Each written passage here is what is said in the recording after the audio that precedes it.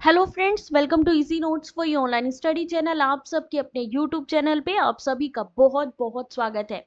Friends, यहाँ पर हम लोग यूजीसी नेट पेपर 1 की तैयारी कर रहे हैं। जैसा कि आप जानते हो कि कंटिन्यू थ्योरी क्लासेस चल रही हैं। यूनिट 1 मैंने कंप्लीट करा दी थी, यूनिट 2 रिसर्च एप्टीट्यूड भी मैंने कंप्लीट करा दिया। थर्ड यूनिट में आपका आरसी था जो मैंने अभी थोड़ा स्किप किया है। ये यूनिट कौन सी है? Unit number 4। कौन सी है ये? कम्युनिकेशन की। तो यहाँ पर पहला क्वेश्चन आप लोगों से ही मैं पूछना चाह रही हूँ। पहले तो ये बता दीजिए ऑडियो विजुअल क्लियर है या नहीं, सबको प्रॉपर दिखाई दे रहा है स्क्रीन पे? जो यहाँ पे स्क्रीन पे लिखा हुआ है सबको प्रॉपर दिखाई दे रहा है या नहीं? एक बार सब लोग थम्स अप कर दो जिससे कि मुझे कंफर्म हो जाए भाई कि सबको सब प्रॉपर दिखाई दे रहा है। जल्दी करिए, एक बार सब लोग थम्स अप कर दीजिए बेटा। जय श्री राम बेटा, जय राधे राधे। सबका ही बहुत बहुत स्वागत है आज की क्लास में। तो जल्दी से सब लोग थम्स अप देना शुरू करिए। वीडियो को एक लाइक करिए। राजेश प्रॉपर है? चलो भाई स्टार्ट कर दें। शिखा क्लियर है? चलो सब लोग एक बार ही कंफर्म करो। और मुझे सबसे पहले क्वेश्चन जो मैं आज पूछने वाली हूँ वो ये है कि कम्युनिकेशन आपके भाई यूजीसी नेट पेपर 1 है, चलिए माना, लेकिन उसमें कम्युनिकेशन की जरूरत पड़ती क्यों है? हमें क्यों कम्युनिकेशन की जरूरत पड़ती है? कम्युनिकेशन का रोल क्या है हमारा? हम तो भी पीएचडी करने जाएंगे, हम तो रिसर्च में जाएंगे, या मान लीजिए हम प्रोफेसर बनने भी जा रहे हैं, तो हमें किस लिए जरूरत होती है कम्युनिकेशन की? कौन बताना चाहेगा इसके बारे में? कम्युनिकेशन की जरूरत क्यों पड़ती है हमें? क्या रोल है कम्युनिकेशन का? क्यों डाला गया ये topic? Manu first day live class, चलो वेरी गुड। हिमांशु जल्दी से बताओ भाई, क्यों जरूरी है कम्युनिकेशन का होना आपकी यूनिट 4 में? क्यों डाला गया? सीधा सीधा भाई क्वेश्चन आंसर कर सकते थे ये लोग, टीचिंग एप्टीट्यूड से आपसे पूछ सकते थे, आपसे कह सकते थे कि भाई देखिए हम रिसर्च से पूछ ले रहे हैं, चलो समझ में आता है। बट इन्होंने कम्युनिकेशन क्यों क्यों डाला गया यहाँ पे? कौन बताएगा कम्युनिकेशन का क्या मतलब है यहाँ पे? Communication need for survey, very good. और बताइए और किस लिए जरूरी हो सकता है? कम्युनिकेशन हर फील्ड में जरूरी है। विदाउट कम्युनिकेशन कुछ भी पॉसिबल नहीं है। कम्युनिकेशन होना जरूरी है। जब दो लोग आपस में बात करते हैं, इंफॉर्मेशन की शेयरिंग, एक टीचर भी होगा तो वो अपनी इंफॉर्मेशन अगर किसी से शेयर करेगा तो ही तो उसको बेनिफिट मिलेगा। अगर वो नहीं शेयर करेगा तो क्या होगा? एक टीचर भी होगा, कब आएगा उसके लिए वो, कब बेनिफिशियल रहेगा? संचार को आदान प्रदान करने के लिए। Very good. देखो बेटा, आप ये मत सोचो कि भाई ये मैम ने कैसा क्वेश्चन पूछ लिया, आपके मन में क्या आ रहा है वो बताना है। एनटीए आपसे ये नहीं कहता है कि आप किसी बुक से रट के हमें आंसर करिए, बिल्कुल भी नहीं। मान लो दिनेश का आंसर कुछ और है, हिमांशु का आंसर कुछ और है, टमाटर का, बहुत बढ़िया। संचार, भाषण, लेखन, अन्य माध्यमों के माध्यम से सुनना, विचार, भावनाओं के आदान प्रदान की प्रक्रिया, वेरी गुड। कम्युनिकेशन डालने का मतलब ग्रुप डिस्कशन, ग्रुप सर्वे, रिसर्च, वेरी गुड जॉब। हर हर महादेव बेटा। बिना कम्युनिकेशन तो कुछ हो ही नहीं सकता है। किसी भी फील्ड में आप जाएंगे वहां पे कम्युनिकेशन होगा। अगर मान लीजिए, चलो सिंपल सी बात करते हैं भाई, हमारी नौकरी लग गई, हमारी नौकरी लग गई, हम बन गए, हम प्रोफेसर बन गए भाई साहब। हम क्या बन गए? हम प्रोफेसर बन गए या हम लेक्चरर बन गए। अब हमारी बात कोई क्यों सुनेगा? क्यों सुनेगा कोई हमारी बात? जरा हमें बताइए जरा। हमारी बात कोई तभी सुनेगा जब मेरी कम्युनिकेशन स्किल ऐसी होगी जो लोगों को जोड़ पाएगी। जब पता चला मैं ऐसी लैंग्वेज बोल रही हूँ जो तुम लोगों को समझ में ही नहीं आ रही, उससे क्या होगा? चीजें क्लियर होंगी? बिल्कुल भी नहीं होंगी। एक दूसरे तक बात पहुंचेगी नहीं अगर हम लोग एक दूसरे का सपोर्ट नहीं करेंगे, एक दूसरे की बातों को समझेंगे नहीं। तो हमारी कम्युनिकेशन में सॉफ्ट स्किल भी आती है। हमारा जो, मान लीजिए मैं टीचिंग कर रही हूँ, ठीक है, अगर टीचिंग करते समय प्रोफेसर हम तब बनेंगे जब हम पूरी तरीके से उस चीज के लिए तैयार हैं। हमारी कम्युनिकेशन अच्छी होनी चाहिए, हमारा टीचिंग एप्टीट्यूड, हमारा रिसर्च, कहीं से कोई भी क्वेश्चन आए हम तैयार हो। और ये किस लिए करवाया जाता है? इसीलिए क्योंकि आगे आप बहुत सारे बच्चों को देखोगे, वो लोग जब क्वेश्चन करेंगे, जब भाई हम लोग कहते हैं ना कि मैडम अब तो हमें डॉक्टर बन जाना चाहिए, प्रोफेसर बनना चाहिए, लेक्चरर बनना चाहिए, बिल्कुल ठीक बात है। तो जो क्वेश्चन मैं आपसे करूं, अगर आप उन क्वेश्चंस को देने को तैयार हो, अगर आपको लगता है कि हम यहाँ पर वो क्वेश्चंस को आपको रिप्लाई करने के लिए तैयार हैं, ये समझो, ये मत समझो कि मैं मैम हूं, बिल्कुल भी नहीं भाई, मैं तो सिर्फ एक गाइड कर रही हूँ आप लोगों को। आप ये समझो कि मैं एक स्टूडेंट हूं और आप लोग मुझे गाइड कर रहे हो। तो जब भी मैं क्वेश्चन पूछूं तो आप लोग मुझे आंसर करो। जब आप लोग मुझे आंसर करना शुरू करोगे, तब समझना कि इस लायक हो रहे हो कि जहां पर अब आप लोग दूसरों को गाइड कर सको। टीचर का एक मेन काम है दूसरों तक बिल्कुल अपनी बात पहुंचाना और गाइड करना, सही डायरेक्शन में चीजों को लेके जाना। तो कम्युनिकेशन यही है यहाँ पे। कम्युनिकेशन की सबसे पहले हम लोग क्या देखते हैं भाई, यूनिट वाइज हम लोग तैयारी कर रहे हैं, ये नहीं आगे पीछे कुछ भी नहीं, सीधा सीधा हम जो टॉपिक है उस पर बात करेंगे। तो कम्युनिकेशन का जो सिलेबस है उसमें आता है मीनिंग, उसके type, characteristics of communication, effective communication, verbal, non verbal, intercultural, group communication, classroom communication, barriers to effective communication, mass media and society. क्या इसके अलावा लगता है कि कोई और टॉपिक भी हो सकता है यहाँ पे जो एग्जाम में पूछा जा रहा है, लेकिन अभी यहाँ पर सिलेबस में नहीं दिया गया है? ऐसा कोई टॉपिक आपको लग रहा है यहाँ पे कि ऐसा भी कोई टॉपिक है जहाँ पे जो है यहाँ पर सिलेबस में नहीं दिया गया है लेकिन एग्जाम में वो आ रहा है?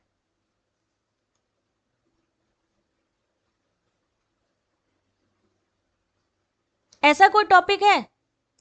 अभी याद नहीं आएगा किसी को, चलिए मैं बता देती हूँ और कौन सा टॉपिक इसमें ऐड किया गया है। कम्युनिकेशन के जो मॉडल हैं, आपने सुना होगा यांत्रिक मॉडल, है ना, scientific model, non scientific model भी जोड़े गए हैं। Scientific model, non scientific model कौन से हैं इसमें आपका? जैसे मान लीजिए विल्बर श्रैम है, उनका मॉडल जो है वो क्या कहता है, मैकुलन का जो मॉडल है वो क्या कहता है, इन सब के मॉडल भी जोड़े गए हैं कम्युनिकेशन में। याद है किसी को? एग्जाम का PYQ आपने पढ़ा है ना? मनु, सीरियल वाइज बेटा आपको चाहिए क्लासेस तो बेटा आपको वेबसाइट चेक करनी पड़ेगी। अब आप खुद बताओ, अगर मान लीजिए मैं टेलीग्राम पे भी डालती हूँ तो वहां पे दूसरी दूसरी PDF भी डलेंगी, तो वो नेचुरल सी बात है सीरीज में नहीं होंगी। यूट्यूब में बात करूं तो यूट्यूब पे आप लाइव क्लासेस देखोगे तो वहां पर तो आपको एक सीरीज मिल भी जाएगी, प्लेलिस्ट मिल जाएगी। लेकिन अगर आप चाहते हो कि नहीं भाई हमारी यूनिट 1 नहीं हुई है और यूनिट 1 हमें पढ़नी है, तो वेबसाइट पे अभी मैं दिखा दूंगी कि कहाँ पे वो PDF, पहली क्लास में जो PDF थी और उसका वीडियो, दूसरी क्लास की जो PDF है और उसका वीडियो, कोई भी क्लास आपकी छूटेगी नहीं, और इसी पर्पस से मैंने वेबसाइट बनाया। ठीक है, तो चलो पहले सिलेबस देखो। Mass media society, barrier to effective communication, effective communication में क्या क्या चीजें होती हैं, कम्युनिकेशन के टाइप क्या कौन से हैं, और मॉडल ऑफ कम्युनिकेशन, कम्युनिकेशन की मीनिंग, टाइप एंड कैरेक्टरिस्टिक्स। चलिए ठीक है, मैं बात करती हूँ इस बारे में। तो जरा मुझे एक चीज और बताइए, क्या ऐसा हो सकता है कि इसके लिए दो लोगों की जरूरत हो? क्या ऐसा नहीं हो सकता है कि सिर्फ एक बंदा भी कम्युनिकेशन करे? टाबा मॉडल, वेरी गुड विशाली, टाबा मॉडल, सेमन विल्बर मॉडल, ये सारे मॉडल इस बार पूछे गए हैं एग्जाम में। ये नया टॉपिक है। अभी मैं बताती हूँ बेटा वेबसाइट के बारे में, डोंट वरी, थोड़ा सा आप लोग पढ़ लो। थर्ड यूनिट में आपका RC है जिसको मैंने अभी स्किप किया है, ठीक है, क्योंकि वो मैं PYQ से आपको सॉल्व करवाऊंगी। अभी जो थ्योरी क्लासेस हैं हम उसे कंप्लीट करेंगे, क्योंकि कम्युनिकेशन में थ्योरी नहीं है, उसको डायरेक्टली प्रैक्टिकली करना पड़ेगा। चलिए अब जल्दी से यहाँ पे देखना शुरू करिए। टू वे कम्युनिकेशन हो सकता है। अच्छा, अगर मान लीजिए हम अपने आप से बात करें तो वो कम्युनिकेशन नहीं होगा? मान लीजिए कि स्टेटमेंट वाला क्वेश्चन आया कि मैं खुद से बात कर रही हूं, तो क्या ये कोई कम्युनिकेशन हो सकता है?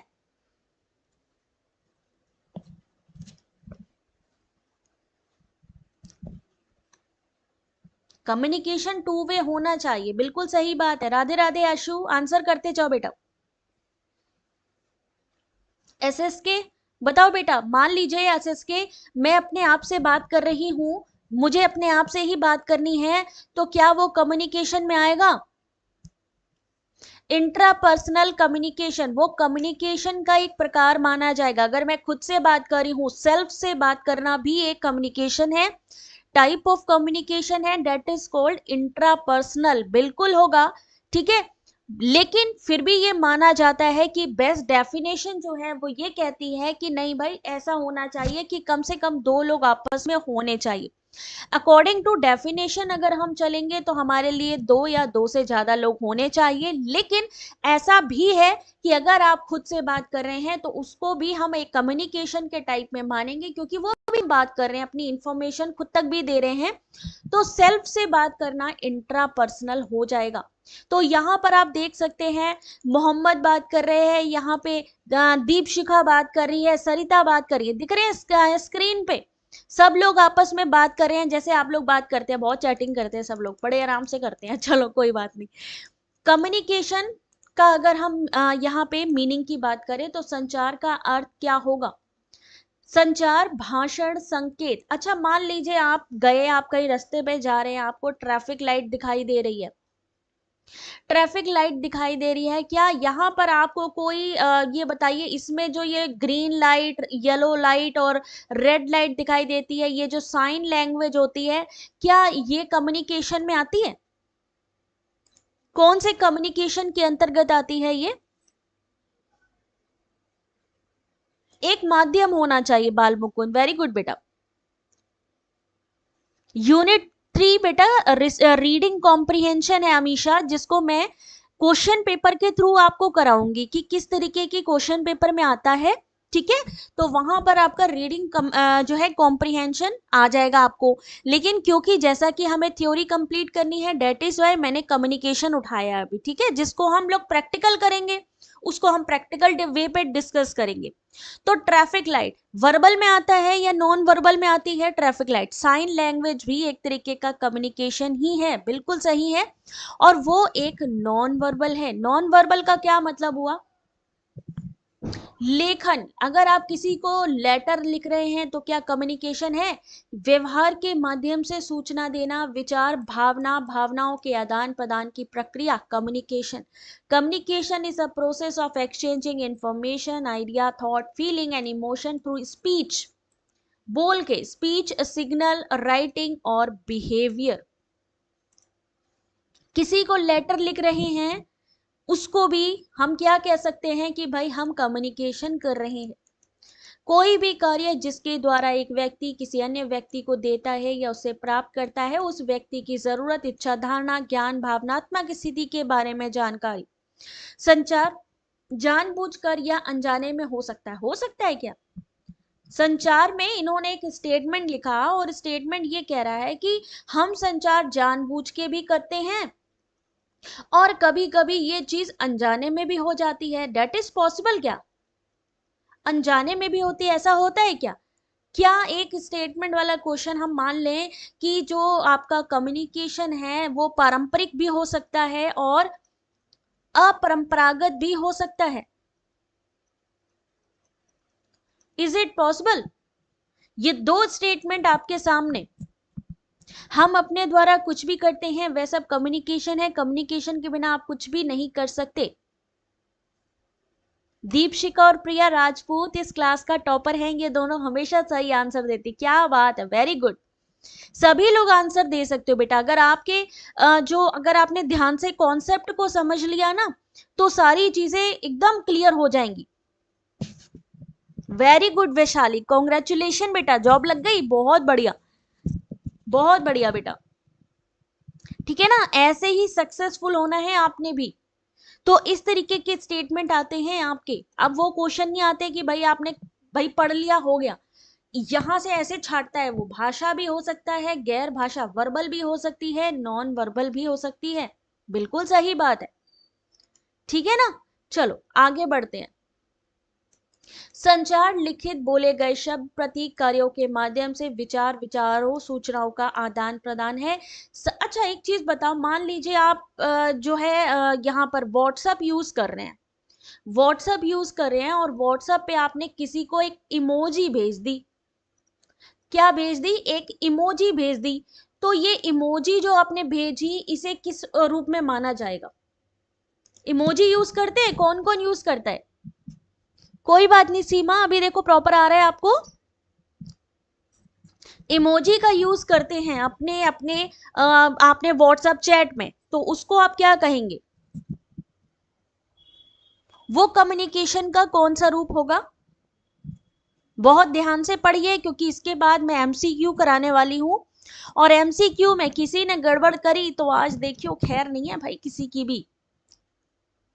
अमित बताओ बेटा, कब व्हाट्सअप करते हो? इंस्टेंट मैसेजिंग ऐप व्हाट्सएप, इसमें इमोजी करते, नॉन वर्बल, वेरी गुड। ये भी कम्युनिकेशन में आती है, बट नॉन वर्बल। संचार एक संवाद है, एकालाप नहीं है। देखो जैसे क्या कहा इन्होंने, संवाद है यानी दो लोग होने चाहिए कम से कम, एकालाप नहीं माना जा सकता, लेकिन फिर भी वो कम्युनिकेशन के टाइप में आएगा। संचार का संबंध दोहरी सुनने की प्रक्रिया से अधिक है। आपका संचार तभी इफेक्टिव होगा जब दो या दो से ज्यादा लोग होंगे, यानी एक जो आपको सेंड करेगा मैसेज और एक जो उसको रिसीव करेगा मैसेज, दोनों ही होने चाहिए और दोनों का एक ही अर्थ होना चाहिए, तभी आपका जो कम्युनिकेशन है वो इफेक्टिव होगा। Any act by which one person give to receive from another person the information about that person need, desire, perception, knowledge or affective state. Communication may be intentional or unintentional. It may involve conventional or non-conventional signal, may take linguistic or non-linguistic form, and may occur through spoken or other mode. In a simple words, communication is the exchange of idea, opinion, information through written or spoken word, symbol or action. ठीक है? Communication is dialogue, not a monologue. तो ये है simple सा जो communication के बारे में बताया जा सकता है कि क्या होता है ये। संचार शब्द या कम्युनिकेशन शब्द किससे मिलकर बना है? कम्युनिकेशन जो शब्द है किससे मिलकर बना है? नमस्ते धमेश्वर, आंसर करो बेटा सब लोग। कम्युनिकेशन या जिसे हम संचार कहते हैं, इंग्लिश में कम्युनिकेशन होता है, तो कम्युनिकेशन का कौन सी भाषा से लिया गया शब्द है कम्युनिकेशन? लॉर्ड शिवा आंसर करो बेटा।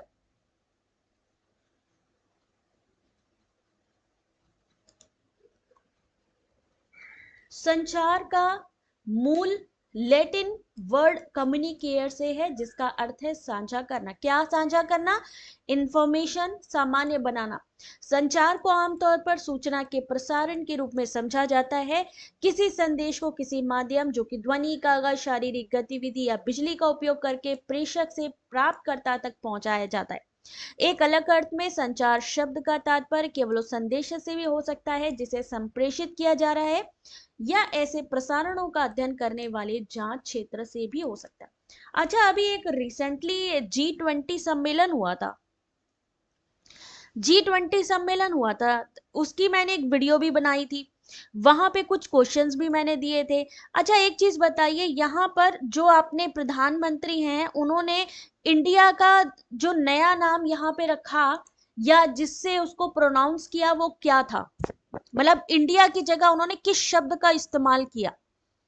हम लोग बात करते हैं कि यूजीसी नेट पेपर 1 में हमारे जो जनरल अवेयरनेस के क्वेश्चन भी आते हैं, तो अगर मैं आपसे पूछूं इसके बारे में, तो जनरल अवेयरनेस का एक क्वेश्चन, इंद्रजीत बेटा आप बता दो कि इंडिया की जगह प्रधानमंत्री मोदी जी ने इंडिया की जगह किस शब्द का यूज किया? Bharat.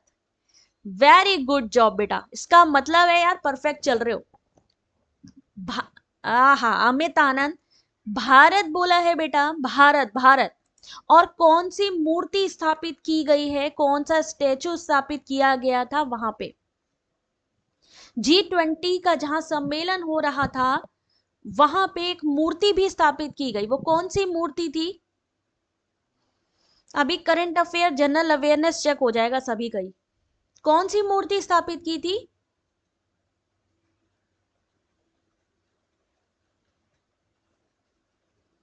कम्युनिकेयर which means to make common, very good.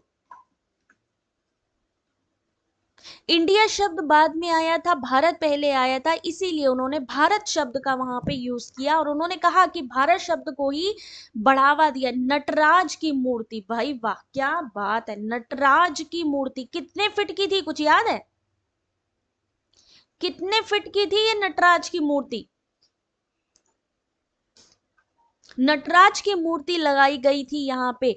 और अगर मैं इसका पूछूं कि यहाँ पे जो इसका लोगो था भारत के लिए क्या था, और अगर मैं बात करूं जो बाकी इंटरनेशनल वे में क्या था, अंतरराष्ट्रीय रूप में उसका लोगो क्या था, और भारत के रूप में उस G20 का लोगो क्या था, क्योंकि हमारे दिल्ली में हुआ है तो इतना हमें पता ना। 28 फीट, बहुत बढ़िया।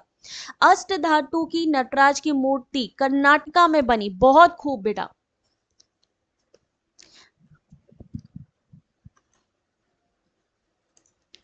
लोगो क्या था इसका, और जो इसका जो झंडा बनाया गया था, कौन से कलर से बनाया गया था इसका झंडा, कौन से कलर यूज किए गए थे उसमें, और कौन से ऐसा फूल है या फ्लावर है जो इसमें अटैच किया गया था G20 सम्मेलन में।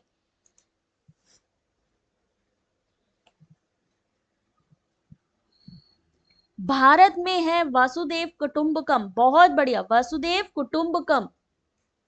और अगर इंटरनेशनल वे में आशु, इंटरनेशनल वे में क्या था, कलर ऑफ नेशनल फ्लैग, और उसमें राजेश एक उन्होंने ब्लू रंग भी ऐड किया था, जैसे अपना है केसरिया और सफेद और हरा, उसमें एक ब्लू कलर भी यूज किया था। 4 कलर से वो फ्लैग बनाया गया था। नेहा, कमल का फूल, बहुत बढ़िया वैशाली, कमल का फूल यूज किया गया था, बहुत बढ़िया। वासुदेव सॉरी, क्या था भाई,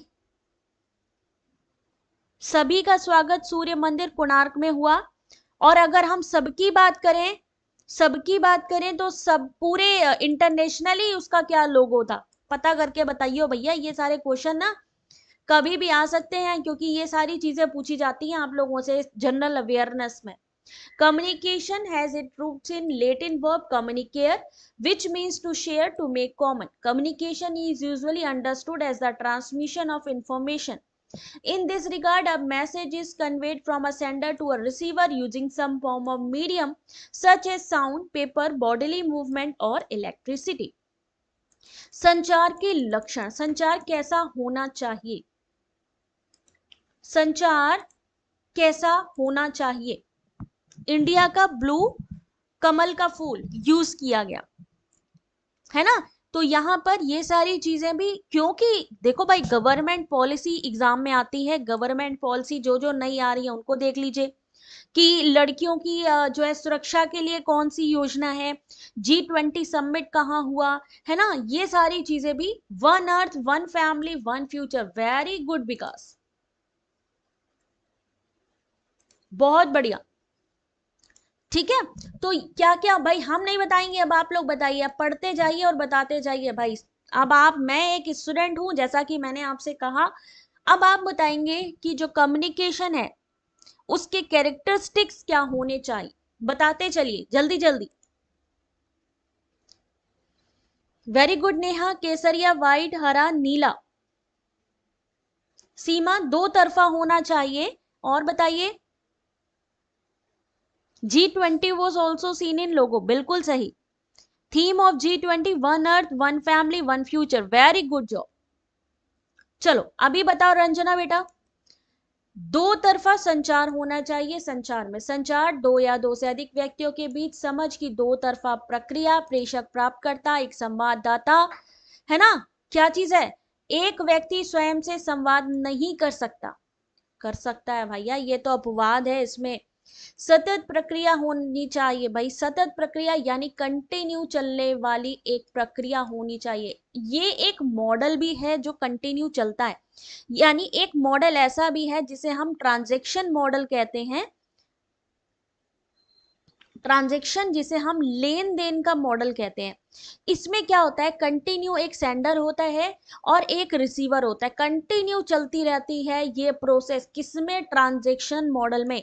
आपसे कंटिन्यू ट्रांजैक्शनल मॉडल के बारे में भी पूछा जाता है कि व्हाट इज ट्रांजैक्शनल मॉडल, तो कम्युनिकेशन के ट्रांजैक्शन मॉडल में कंटिन्यू प्रोसेस होता है। मान लो शिप्रा और मौसम है, दोनों आपस में बात करती रहेंगी, कोई हो सकता है मैसेज सेंड करे, कोई उसको रिसीव करे। ठीक है, चलो अंतिमा एसएन, ध्यान से देखना बेटा, संचार के लक्षण गतिशील प्रक्रिया है। ठीक है, प्रेषक प्राप्तकर्ता के बीच संचार उनके मूड व्यवहार के आधार पर विभिन्न रूप और माध्यम लेता है, इसीलिए एक गतिशील प्रक्रिया है, निरंतर बदलती भी रहती है। व्यापक है ये, संचार एक व्यापक गतिविधि है, कहीं पर भी इसको देखो, हर एक फील्ड में इसका यूज किया जा सकता है। शीर्ष में यानी जो आपका टॉप मैनेजमेंट है उसकी बात करें, या जो लोएस्ट लेवल है वहां पर भी दो व्यक्ति होने चाहिए कम से कम। जब हम चाहते हैं कि हमारा कम्युनिकेशन इफेक्टिव हो तो हमारे पास दो लोग होने चाहिए, तभी हम किसी से इंफॉर्मेशन शेयर कर पाएंगे। भाई लेडीज भी जो हैं, भाई अपनी कहते हैं ना चुगली करने की आदत होती है, लड़कों में भी आजकल हो गई है, तो वो क्या करते हैं, उनको अकेले तो नहीं कर पाएंगी ना यार, उनको कोई ना कोई चाहिए। कहते नहीं है कि एक कभी कभी आप लोगों ने फेसबुक पे भी देखा होगा कि रेलवे के ट्रैक में खड़ी हैं और उनका एक पिक्चर डाला गया है और कहा गया देखिए भैया क्या जरूरी बात है, जो दोनों खड़ी हैं ट्रैक पे, अभी ट्रेन आ जाए। तो क्या है मतलब, दो लोग चाहिए कम से कम बात करने के लिए। अगर दो लोग नहीं होंगे, अगर मैं ही बोलती रहूं, अगर मान लो मैंने यहाँ पे प्रियंका का कमेंट नहीं पढ़ा, या मैंने नेहा को नहीं देखा, या मैंने देखा कि मोहम्मद यहाँ पे आंसर कर रहा है, मैंने उसकी जवाब नहीं दिए, तो क्या हुआ, ये अधूरा कम्युनिकेशन माना जाए। तो यहाँ पे बहुत जरूरी है कि दो लोग होने चाहिए, एक मैसेज को भेजने वाला यानी जो इंफॉर्मेशन है शेयर करने वाला, और दूसरा उसको समझने वाला। समझ में आ रही है हिना प्रिया, सबको समझ में आ रहा है? आदान प्रदान यानी नेचुरल सी बात है भाई, लेना देना किसका, इंफॉर्मेशन का। आपसी समझ होनी चाहिए, लक्ष्य उन्मुख होना चाहिए। ठीक है, यानी अगर हम कम्युनिकेशन कर रहे हैं तो उसका कोई ना कोई उद्देश्य, ऑब्जेक्टिव होना चाहिए। ये नहीं कि हम यूं ही शुरू हो गए, कभी कभी ऐसे भी शुरू हो सकते हैं, कभी कभी हम ऐसे भी शुरू हो सकते हैं अनाप शनाप की बातों के लिए। जब हम लोग अनाप शनाप यानी कि बेफिजूल की बातें अगर हम गॉसिप कर रहे हैं, तो हम जो कम्युनिकेशन करते हैं उसे हम क्या कहते हैं? चलो बता दो, मान जाए भाई आदित्य। मान लो हमें पढ़ाने का मूड नहीं है, मैं ऐसी नॉर्मल सी बात करती हूँ, नॉर्मल आप लोगों से गॉसिप करने बैठ जाऊं, तो उसे हम क्या कहेंगे? अनप्रोफेशनली, जिसको हम टॉकिंग कह सकते हैं, कि बैठे हैं बातें कर रहे हैं, गप्पे लड़ा रहे हैं, क्या कहेंगे उसको? वो किस टाइप का कम्युनिकेशन होएगा? जय हिंद Yadu. Grape wine, very good Deepshika. वो क्या कहलाता है? Grape wine. जैसे अंगूर के गुच्छे होते हैं ना, कहीं पर भी आप देखो, भाई हो सकता है अंगूर का पता नहीं बनेगा इमेज की नहीं बनेगा मेरे से, एक इधर गुच्छा बना हुआ है, एक यहाँ पे अंगूर है, अलग अलग कहीं भी किसी भी डायरेक्शन में आपका जब कम्युनिकेशन होता है तो वो ग्रेप वाइन कहलाता है, जिस बातों का कोई अर्थ ना हो। और सबसे अच्छा जो कम्युनिकेशन होता है, मान लीजिए आप किसी बहुत ऊंची पोस्ट पर भी हैं या किसी बड़ी कंपनी में हैं, तो वहां पर इस चीज की कोशिश की जाती है कि वहां पे ग्रेप वाइन कम्युनिकेशन जरूर हो। क्योंकि क्यों होना चाहिए ग्रेप वाइन कम्युनिकेशन? भाई ये भी तो आंसर करो। मान लीजिए बड़ी बड़ी कंपनियां इस चीज को प्रोत्साहित करती हैं। नवीन क्यों प्रोत्साहित करते हैं ग्रेप वाइन को? कौन बताएगा? इसका पीडीएफ नसीमा वेबसाइट से मिलेगा, वेबसाइट का लिंक अबाउट सेक्शन पे मिल जाएगा आपको। क्यों करते हैं ब्लू स्काई ग्रेप वाइन का हम इस्तेमाल? क्यों कहती है कंपनियां कि भैया आप लोग ग्रेप वाइन यानी कि नॉर्मल बातें करें, जरूरी नहीं है कि हर टाइम आप फॉर्मल ही रहें। कम्युनिकेशन तो होता है, लेकिन मान लीजिए किसी को कोई प्रॉब्लम है, किसी को कोई प्रॉब्लम है, किसी स्टाफ को कोई प्रॉब्लम है, तो वो आपसे खुल के बात कर सके। अगर मैं आपसे नॉर्मल बात करूंगी, अगर मैं आपकी चीजों को समझते हुए बात करूंगी, आपसे फैमिलियर होके बात करूंगी, ग्रेप वाइन एक फैमिलियर ही हो गया, तो मैं आपकी चीजों को अच्छे से समझ सकती हूँ। इसीलिए कंपनी चाहती है कि हमारी कंपनी में कोई भी चीज, कोई भी एक्टिविटी हो रही है, कुछ न्यू आइडियाज भी, यस न्यू आइडियाज भी मिलते हैं। अपने मन की बात कर सकता है बंदा उसमें, क्योंकि फॉर्मल नहीं है वहां पे, ये नॉन फॉर्मल में आ जाएगा आपका ग्रेप वाइन। ठीक है ना। इसलिए कंपनी इसको प्रमोट करती है और वो कहती है कि नहीं भाई आप देखिए कि हमारे एम्प्लॉयज की कोई टेंशन तो नहीं है, कोई प्रॉब्लम तो नहीं है, और उसका सॉल्यूशन कैसे निकल सकता है जब आप उनसे जो है ग्रेप वाइन कम्युनिकेशन के थ्रू बात करते हैं। तो characteristics of communication, two way communication, continue process, dynamic process, pervasive, two people exchange of information, mutual understanding, goal oriented. ठीक है। क्वेश्चन नंबर 1, क्वेश्चन नंबर 1 जो अभी पढ़ाया आपको, जरा एक बारी उस क्वेश्चन का आंसर करिएगा। मेंटल और स्ट्रेस फ्री भी रह सकते हैं, बिल्कुल सही बात है, बिल्कुल करेक्ट बात है। हम हमेशा फॉर्मल नहीं रह सकते, फ्लेक्सिबिलिटी होनी बहुत जरूरी है। पता चला सारा दिन डंडा लेके खड़े हुए हैं और भाई साहब काम ही नहीं हो पा रहा। वहीं अगर हम उनसे फैमिलियर होके काम करवाएंगे, फैमिलियर होकर के उनसे चीजें करवाएंगे, वो चीजें ज्यादा आएंगी। यही पढ़ाई में भी होता है। मैंने देखा है खान सर का पढ़ाने का तरीका, वो हमेशा फैमिलियर होके पढ़ाते हैं। देखा है कितने लोग देखते हैं उनको। खान सर क्या करते हैं कि वो बहुत फैमिलियर होके पढ़ाते हैं, उससे चीजें अच्छे से समझ में आती हैं। वही अगर वो थोड़ा अपने पैटर्न में आ जाए, थोड़ा जो है फॉर्मल पढ़ाने लग जाए, तो चीजें समझ में ही नहीं आएंगी। थोड़ा फ्रेंडली एनवायरनमेंट होना भी जरूरी है, जिससे कि दूसरे की भावना को भी समझ में आए, दूसरे की जो फीलिंग है, क्या चीज समझ में आ रही है क्या नहीं आ रही है, वो भी आपको पता चले। चलो भाई, यहाँ पे एक क्वेश्चन इंग्लिश में, रिफ्रेन, कंस्ट्रक्ट, सिंबल और लैंग्वेज।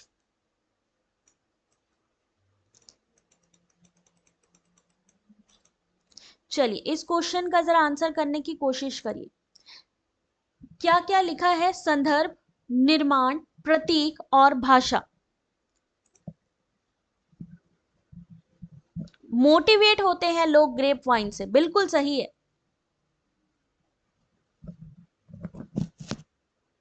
देखो यही चीज होता है बेटा, इफेक्टिव कम्युनिकेशन पता है कब होती है? इफेक्टिव कम्युनिकेशन तब होती है कि जब मैं आपसे कोई क्वेश्चन करूं और आप लोग उस चीज का आंसर करो। इसका मतलब है आप उसमें इंटरेस्ट ले रहे हो, आप उसमें पार्टिसिपेट कर रहे हो। तो पार्टिसिपेशन भी, एक्टिव होना भी बहुत जरूरी है क्लास में। ये क्वेश्चन के आंसर मैं चाहूं तो खुद ही दे दूं, आंसर करके निकल जाऊं, लेकिन उससे फायदा क्या है? उससे कोई फायदा नहीं है। ठीक है ना। चलो भाई, सबने कहा है बी आंसर, अब देखते हैं बी सही है या नहीं। भाई आपने कुछ बोला हो और वो सही ना हो, डेट इज नॉट पॉसिबल। सही आंसर है ऑप्शन नंबर बी, संदर्भ। संदर्भ में क्या आएगा? अभिविन्यास की वस्तुएं। निर्माण के अंतर्गत वस्तुओं के संबंध में अनुभव। प्रतीक में क्या आएगा? किसी सहमत घटना का प्रतिनिधित्व करने वाला इशारा। और भाषा के अंतर्गत आएगा मानवीय अनुभवों की रचना करना। ऑप्शन नंबर 2, इसको थोड़ा डिटेल में देखो। अभिविन्यास की वस्तुएं, ये वस्तुएं, घटनाएं, परिघटना, इसके पूरा डिटेल है यहाँ पे, विवरण। संदर्भ में क्या आएगा? अभिविन्यास की वस्तुएं, उसमें परिभाषा क्या है, उदाहरण क्या है, सही जवाब। संदर्भ अभिविन्यास की वस्तुएं, ये वस्तुएं घटनाएं या परिघटनाएं जिनका संदर्भ भाषा या अन्य संचार प्रतीक देते हैं। जैसे बिल्ली शब्द का तात्पर्य क्या होगा? उसका संदर्भ हमने बताया है, एक रोएदार मूंछ और पूंछ वाले 4 पैरों वाले जानवर से। निर्माण का क्या मतलब होगा? वस्तुओं के संबंध में मानसिक ढांचा जिनका उपयोग हम अनुभवों को समझने, उन्हें सुसंगत पैटर्न में व्यवस्थित करने के लिए करते हैं। रूढ़िवादिता उन संरचनाओं का एक उदाहरण है। प्रतीक, किसी सहमत घटना का प्रतिनिधित्व करने वाला इशारा। मनमाना निरूपण, जो किसी और चीज का प्रतिनिधित्व करता है। जैसे कि लाल ट्रैफिक लाइट एक प्रतीक है जिसका अर्थ है रुको, और हरी ट्रैफिक लाइट का मतलब है जाओ। किसी घटना या किसी चीज का होने वाला इशारा। भाषा, मानवीय अनुभवों की संरचना, प्रतीकों, नियमों की एक प्रणाली जो लोगों को एक दूसरे के साथ संवाद करने की अनुमति देती है। जैसे कि इंग्लिश, स्पेनिश, अरबी, ये सारे क्या हैं? भाषा के रूप हैं। चलो अगला क्वेश्चन आपके सामने, इंग्लिश में पढ़ लेना आप लोग, इसको बढ़िया अच्छे से समझ में आ जाएगा, पूरा डिटेल है। अगर मान लीजिए इससे जुड़ा क्वेश्चन आ जाएगा तो आराम से कर लोगे, कोई टेंशन नहीं है। Question number 2, question number 2, language is the basis of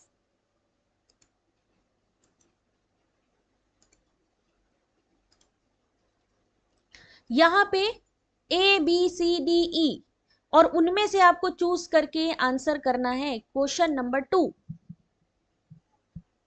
Seema don't worry बेटा, लॉजिकल रीजनिंग भी अभी अपनी जो है 2 यूनिट में करा चुकी हूँ, 3rd यूनिट ये चल रही है। बीच में मैं DI के क्वेश्चंस भी डालती हूँ, ठीक है, ऐसे ही मैं रीडिंग कॉम्प्रिहेंशन के भी डालूंगी। और लॉजिकल रीजनिंग की पूरी पूरी थ्योरी क्लास होगी, क्योंकि एक आध क्लास से वो समझ में नहीं आने वाला।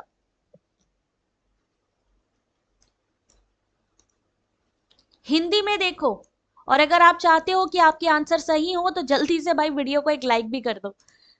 संचार का आधार इनमें से कौन सा है?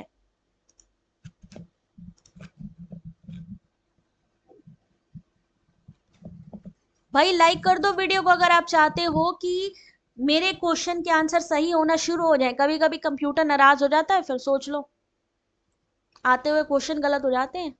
लाइक कर दो फटाफट। भाषा की कठोरता, आधुनिक जीवन की जटिलता, लक्ष्य निर्माण, प्रतिक्रिया, सामाजिकरण। अगर आपको ये लगता है कि क्वेश्चन क्या लग रहा है, ये ऐसा क्वेश्चन भी कोई देता है, तो यस देता है, एनटीए देता है। ऑप्शन नंबर 4 C, D और E। इस क्वेश्चन का सही answer option number 4 C, D और E।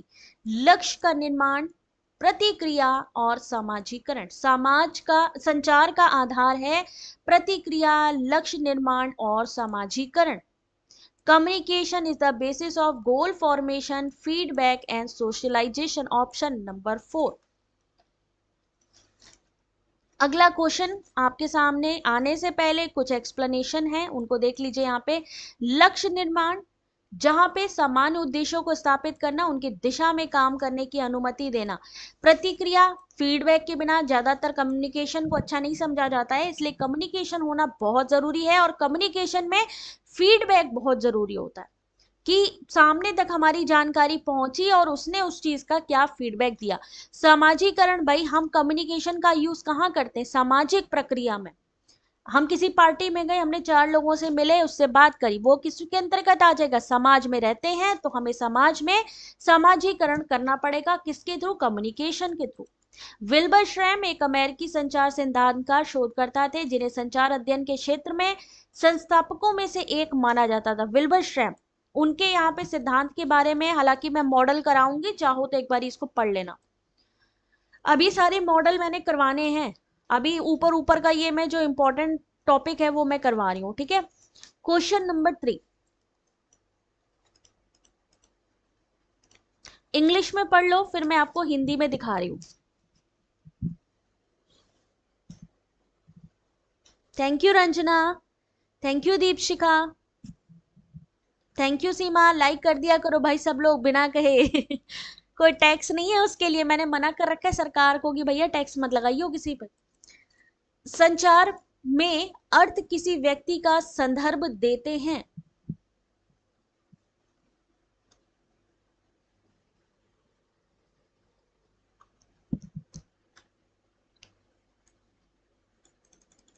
In communication meaning refer to a person.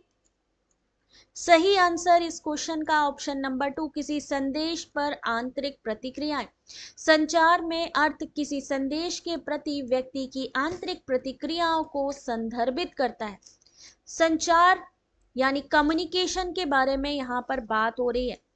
एक मिनट थोड़ा सा मैं दिखा दूं। हाँ, संचार का अर्थ सूचना प्रसारित करना संचार की विशेषता है।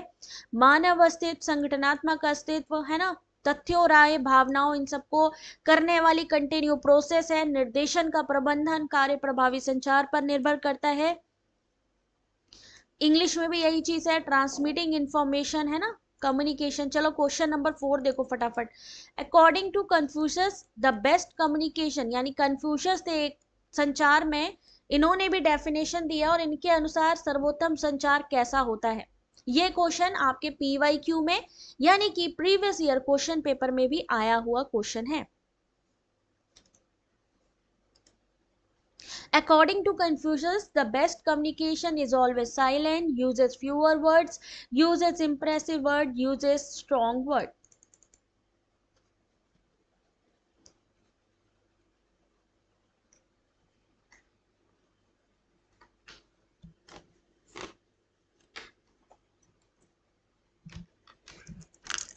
इनके अनुसार सर्वोत्तम संचार कैसा रहता है? Question number 4। Thank you Priya. Answer करते चलो बेटा। क्वेश्चन नंबर 4, क्वेश्चन नंबर लिखो बेटा सब लोग। कैसे पता चलेगा किसने सही आंसर किया है? भाई हमेशा चुप रहता है। सर्वोत्तम संचार हमेशा चुप रहता है। कन्फ्यूशियस के अनुसार सदैव मौन रहता है। यदि किसी को जो कहना है वह मौन से बेहतर नहीं हो सकता तो उसे चुप रहना चाहिए। कन्फ्यूशियस ने कहा इसके बारे में। गलत कर दिया। गलत करने वाले अपने लिए थोड़ा क्लैपिंग कर लें भैया, क्लैपिंग कर लो, मोटिवेशन बढ़ेगा। कभी कभी गलत होने पर भी अपने लिए क्लैपिंग करनी बहुत जरूरी होती। क्लैपिंग कर लो भाई अपने लिए, बड़ी मेहनत कर रहे हो सब लोग। कोई बात नहीं, गलत सही तो होता रहेगा। देखे कितने लोग इस समय सो रहे हैं, कितने लोग क्लैपिंग करेंगे और कितने लोग सो रहे हैं। क्लास में मोबाइल ऑन कर दिया है, क्लास चल रही है, लाइव क्लासेस, बट आराम से बैठे टीवी देख रहे हैं। देखिए जरा आप कितने लोग ऐसे हैं। भाई हाथ उठा लो जल्दी से, क्लैपिंग कर लो अपने लिए। शिप्रा तो जाग रही है। और कौन? जल्दी जल्दी अपने हाथ उठाओ।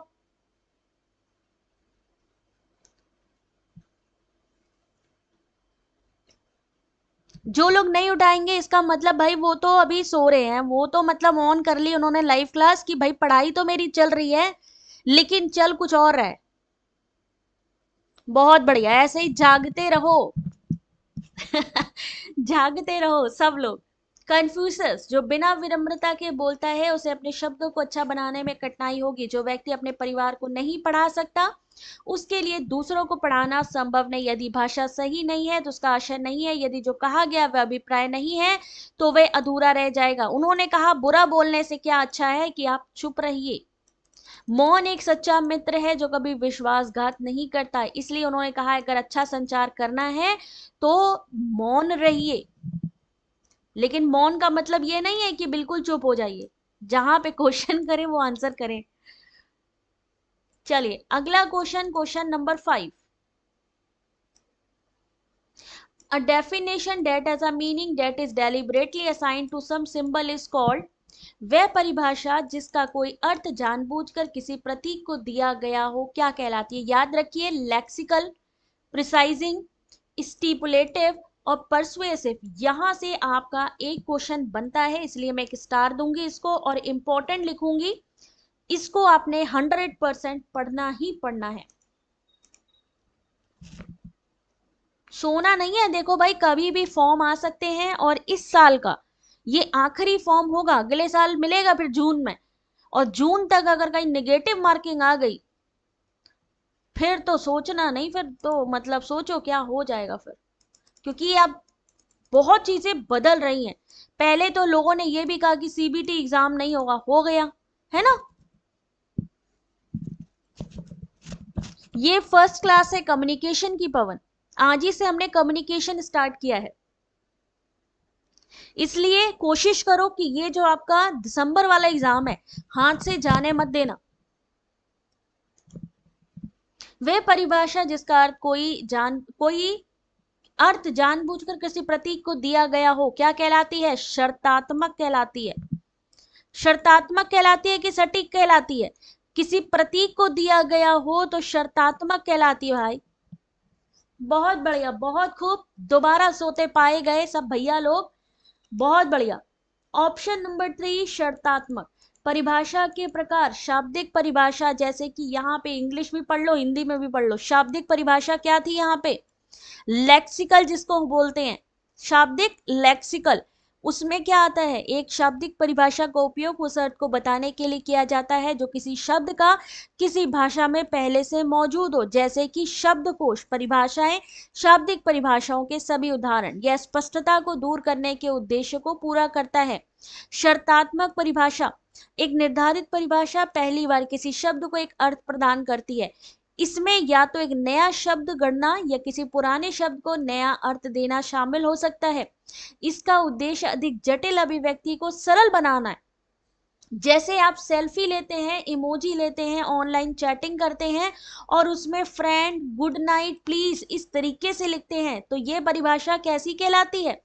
शर्तात्मक कहलाती है। याद रखिए, इसके एग्जाम्पल अगर आपसे कहा जाए भाई, इसके एग्जाम्पल आपसे पूछे जाएं कि भाई जो शर्तात्मक होती है परिभाषा, उसके एग्जाम्पल कौन से होंगे। जैसे आपने हाथ बना दिया, अपना हाथ उठाया ना सबने, ये किसके अंतर्गत आएगी, शर्तात्मक के अंतर्गत आएगी। ठीक है भाई। अगला क्वेश्चन, अगला पॉइंट देख लो भाई, परिभाषाएं तो सारी समझ में आनी चाहिए। सटीक परिभाषा, जिसको कि आपने कहा सटीक, इसमें क्या होता है, इसका उद्देश्य किसी भी शब्द की अस्पष्टता को कम करना, यानी क्लियर कर देना है उस सेंटेंस को। एक बार अस्पष्टता कम होने के बाद कोई व्यक्ति किसी विशिष्ट स्थिति में शब्द की प्रयोज्यता के बारे में निर्णय ले सकता है। जैसे गरीब शब्द अस्पष्ट है, लेकिन इसे क्लियर किया कि यदि गरीबों को सीधे वित्तीय सहायता देने के लिए कानून कभी पेश किया गया था, तो एक सटीक परिभाषा प्रदान करनी होगी जिसमें ये निर्दिष्ट किया गया हो कि वास्तव में गरीब कौन है। इसको गरीब को क्लियर नहीं कह सकते, लेकिन क्या कह सकते हैं कि जिसकी तनख्वाह जो वार्षिक आय है 4,000 से कम हो, $20,000 से कम की कुल संपत्ति हो, उसे हम कह सकते हैं वो गरीब। उसको हमने डिफाइन कर दिया, तो वो कैसी परिभाषा है, सटीक परिभाषा। प्रेरक परिभाषा, दृष्टिकोण को प्रभावित करना। प्रेरक यानी मोटिवेट करना भाई, किसी को उत्तेजित करके किसी विवाद को सुलझाने के लिए लिखी गई परिभाषा प्रेरक कहलाती है। मोटिवेशन परिभाषा पाठक या श्रोता के दृष्टिकोण को प्रभावित करती है। ऐसी परिभाषाओं का उपयोग राजनीतिक भाषण, संपादकीय स्तंभों में काफी प्रभावशीलता के साथ किया जा सकता है। चारों डेफिनेशंस मेरे ख्याल से अब इतने अच्छे से आ गई हैं कि भूलना बहुत मुश्किल है। शर्तात्मक को सट्टा परिभाषा भी कहा जा सकता है। किसे, शर्तात्मक परिभाषा जो अभी आपने पढ़ी, या जिसे हम क्या कहेंगे, स्टिपुलेटिव कहेंगे, उसे क्या कहा जाता है, उसे इमोजी भी कहा जाता है। Stipulative lexical definition is used to report the meaning that a word already has in language. Dictionary lexical definition का एक एग्जांपल है डिक्शनरी या definition. It also serve the purpose of eliminating the ambiguity, अस्पष्टता दूर करने के लिए। स्टिपुलेटिव जो शर्तात्मक है, जिसमें आप सेल्फी इमोजी यूज करते हैं। Stipulative definition assign a meaning to a word for the first time. Precising definition, the purpose of a precising definition is to reduce the vagueness of a word. Once the vagueness has been reduced, one can decide as to applicability of the word to a specific situation. यानी एक word उसने पकड़ लिया है और उस word को उसने clear करना है, उसको explain करना है। सॉरी, ज्योग्राफी नहीं पढ़ाती हूँ बेटा, बट उसके PYQs यस मैं आप लोगों को करवाऊंगी। टेलीग्राम पे पेपर 2 के ग्रुप भी बने हैं, सो आई रिक्वेस्ट आप सब लोग वो भी ज्वाइन कर लीजिए। Persuasive definition to resolve a dispute, ठीक है। Question number 6, in the context of communication the usual sequence is. कभी कभी वहां पे आपको क्वेश्चन एग्जामिनेशन हॉल में ऐसे दिखेंगे जो आपको लगेंगे कि वो न्यू है, लेकिन वो न्यू नहीं होंगे, वो आपके कॉन्सेप्ट से ही होंगे, बस क्वेश्चन को घुमा दिया जाएगा। तो यहाँ पे संचार के संदर्भ में जो सामान्य क्रम है वो कौन सा है। नमस्ते योग माया, आंसर करो बेटा इस क्वेश्चन का जल्दी से।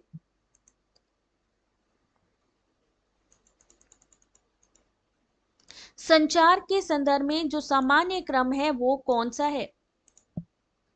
जैसे एक बार आ गया था कि जैसे पहले क्या था, गुफाकारी हुई थी, यानी गुफा पे लोग लिखा करते थे, फिर जो है पत्थरकारी है ना, पता नहीं क्या क्या चीजें करके एक बार इन्होंने इस तरीके का भी एग्जाम्पल दिया था। फिर दिया था एक मेटल का एग्जाम्पल कि बताइए इसको सीक्वेंस में लगाइए कि जैसे जैसे जो हमारी कल्चर चला है उस तरीके से लगाइए, इस तरीके का भी क्रम आता है। कभी नहीं आती नींद, बहुत अच्छी बात है बेटा, नींद नहीं आनी चाहिए। ये जो टॉपिक आप पढ़ रहे हो बेटा, बस बेटा कंप्लीट करा रहे हैं, ये जो क्वेश्चंस है इनको कंप्लीट कर लो, क्योंकि अब बहुत जल्दी मुझे रिवीजन कराना है इन सब का, इसीलिए मैं खुद फास्ट स्पीड में चल रही हूँ। ऑप्शन नंबर 3 सबसे पहले कम्युनिकेशन, फिर भाषा, फिर समाज और फिर सभ्यता। ऑप्शन नंबर सी बिल्कुल करेक्ट आंसर। इसीलिए मैं फास्ट चल रही हूँ, क्योंकि डीआई के क्वेश्चन को भी सॉल्व कराना बहुत जरूरी है, इसीलिए मैं जहां पे लगता है कि जहां पे आप लोग पढ़ सकते हो वहां पढ़ लो। स्टैलिन भाषा के बारे में क्या कहते हैं इसको आप पढ़ लो, ठीक है। चलिए क्वेश्चन नंबर 7, ये क्वेश्चन बार बार पूछे जाते हैं। The raw material of thinking is, सोच का जो कच्चा माल है उसे क्या कहा जाता है। बस 2 क्वेश्चन और बचे हैं। नहीं बेटा, मैं पेपर 2 अभी नहीं पढ़ाती हूँ, बट यस कुछ जो पेपर 2 है उसके PYQs करवाती हूँ, और वो टेलीग्राम के फाइल सेक्शन पर भी हैं। तो आप लोग टेलीग्राम ज्वाइन कर लीजिए, अबाउट सेक्शन पे आपको मिल जाएगा। वेबसाइट पे तो बहुत सारा कंटेंट है, वो भी आप लोग ले सकते हो। कौन सा PDF डाउनलोड नहीं हो रहा विहान? PDF जो टेलीग्राम है, बहुत सारे लोग उसका मिसयूज कर रहे थे, डेट इज वाई वो मैंने आप लोगों के लिए डाउनलोड का ऑप्शन बंद कर दिया है। उसमें उसमें आप रीड कर सकते हो, लेकिन आप डाउनलोड नहीं कर सकते। टेलीग्राम पे रिस्ट्रिक्शन है, ठीक है, क्योंकि बहुत सारे लोग हमारा ही कंटेंट लेके कहीं और सेल आउट कर रहे थे, तो वो मिसयूज नहीं करने की वजह से मैंने उसको रीड ऑप्शन पे रखा है कि आप जब चाहो उसको पढ़ो, लेकिन शेयरिंग नहीं ऑन करी है मैंने। सोच का कच्चा माल, जबकि वेबसाइट का डाउनलोड कर सकते हो। सोच का कच्चा माल किसे कहते हैं भाई? आफ्टरनून वाली आशु मुझे लेनी है, बट थोड़ा सा टाइम मेरा अरेंज हो जाए ना, फिर मैं लेती हूँ। तो सोच का कच्चा माल हम कहते हैं ऑप्शन नंबर 1 प्रतीक को, साइन को, प्रतीक को।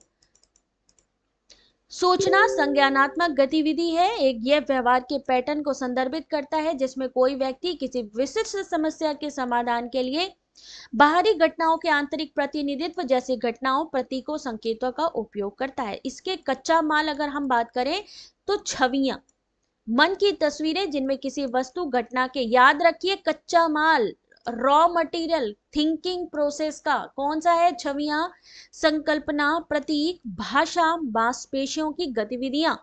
पूछा जा सकता है ये आपसे। संकल्पना एक सामान्य विचार जो सामान्य वर्ग को दर्शाता है। प्रतीक अनुभवों, गतिविधियों के विकल्प का प्रतिनिधित्व। भाषा सोचने की प्रक्रिया के लिए उपयोग किया जाने वाला विकास उपकरण। मांसपेशियों की गतिविधियां, किसी व्यक्ति की सोच, मांसपेशियों की गतिविधियों के बीच एक संबंध। मस्तिष्क यह सोचने की प्रक्रिया को क्रियान्वित करने का प्रमुख साधन। Thinking is a cognitive activity. आपसे पूछा जा सकता है कैसी एक्टिविटी है, तो ये कॉग्निटिव थिंकिंग यानी कि सोचना, संज्ञानात्मक बुद्धि से रिलेटेड होता है।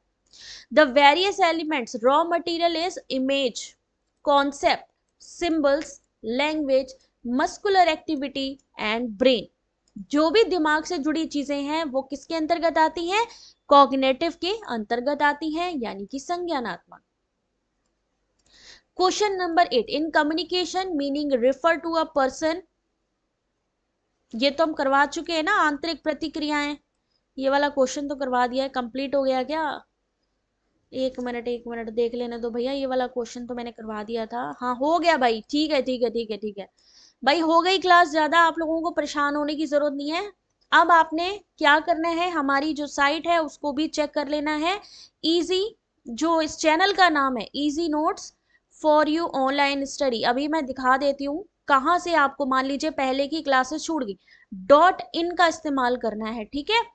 तो चलो पहले मैं दिखा देती हूँ आपको कि किधर से डाउनलोड करना है। डायरेक्टली मैं बता देती हूँ, बाकी लिंक तो ऑलरेडी अबाउट सेक्शन पे मिल जाएगी, ठीक है। यहाँ पे आए, अब यहाँ पे आके हमने क्या करना है, गूगल पे आए, यहाँ पे हमने डाला easy notes for you online study .in, ठीक है। यहाँ पे आप देख सकते हो ऑलरेडी ब्लू रंग का यहाँ पे ये लोगो बना हुआ, जो चैनल का लोगो है यहाँ पे दिख जाएगा आपको, easy notes for you online study .in। यहाँ पे जाएंगे, आप देख सकते हो दिसंबर 2023 का पेपर 1 प्रिपरेशन यहाँ ऑलरेडी आपको शो होगा। दिसंबर 2023 की जितनी भी मेरी थ्योरी क्लासेस हैं, PYQ रिविजन्स हैं, 2023 का यूनिट वाइज जो मैंने क्लासेस ली हैं पहले, वो भी हैं, यूनिट वाइज नोट्स भी अवेलेबल है। तो हमने क्या करना है, या तो इस पे क्लिक कर लो डायरेक्टली, और या फिर हम डायरेक्टली इसी पे चले जाते हैं, easy notes for your online study पे, ठीक है। यहाँ पे हम आ गए, यहाँ पे आने के बाद ये लाइव नाउ जहाँ पे लिखा है, यहाँ से आप हमारे यूट्यूब चैनल पे आ सकते हैं। ये देखिए एक चीज और मैं बता देती हूँ, एक मिनट रुको जरा सा।